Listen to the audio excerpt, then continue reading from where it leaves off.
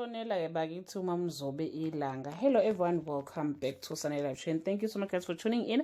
I'm here to update you of what's going to happen on Umkhokha from the 17th to the 21st of January or February 2025 on Monday.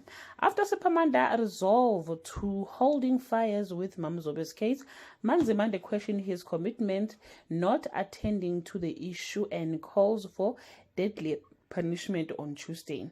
A ruthless murder's journey is set to come to an end. A young woman burdened by her evil ways pleads for forgiveness. A gunman versus Umkhululi, who will win on Wednesday. Sepamanda and Mabuse deny themselves all logic and do whatever they can to locate Mzobe's body. Meanwhile, back at home, Mamzobe's grave is prepared on Thursday. Mamzobe sees what's going to happen to her in a dream and begins preparing herself.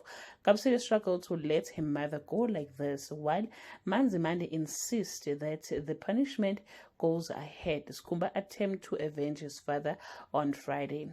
At doomsday for Mamzobe, Pamanda's faith heals the messes, but danger lurks in the shadows. Sibusiso makes a life-altering decision.